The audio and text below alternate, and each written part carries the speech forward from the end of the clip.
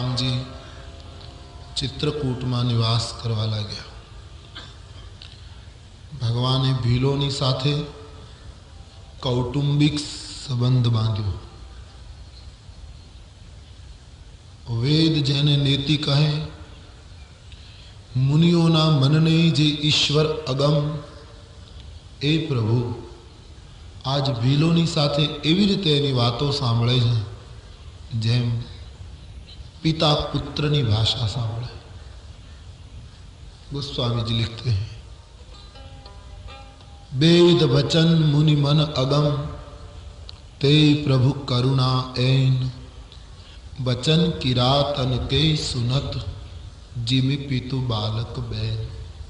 अने एनु कारण गोस्वामी जी बतायो, राम ही केवल प्रेम प्यारा, राम ही केवल प्रेम प्यारा, राम ही केवल प्रेम प्यारा, राम ही केवल प्रेम प्यारा।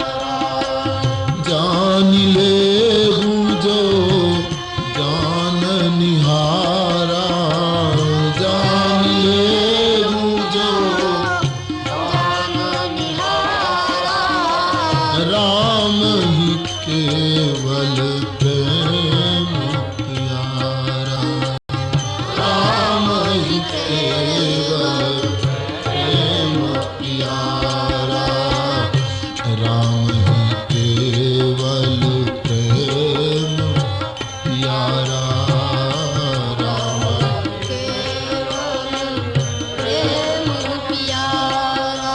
रामनाथ जात वर्ग ए कशुं जोता नथी, केवल एने प्रेम प्रिय छे। गोस्वामी कहे जेने जाणવું હોય તે જાણી લે।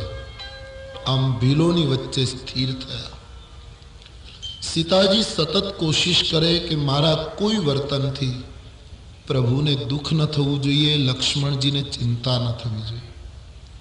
लक्ष्मण जी सतत कोशिश करे कि हूँ मारा माता पिता ने एवी रीते साचवूं कि एने कोई कष्ट न पड़े, अने रामजी सतत कोशिश करे कि मारा પડછાયા जेवा आ बन्ने सीता ने लक्ष्मण, हूँ सहज उदास थईश तो दुखी थशे, एटले प्रभु अपने को संभाल रहे। त्रणेय व्यक्ति एकबीजाना पूरक बने छे। आम चित्रकूटમાં દિવસો વીતવા લાગ્યા।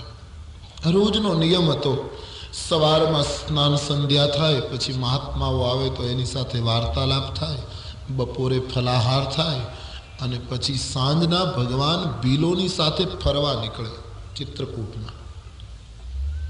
સંધ્યાનો સમય થાય એટલે રામ પાછા આવે।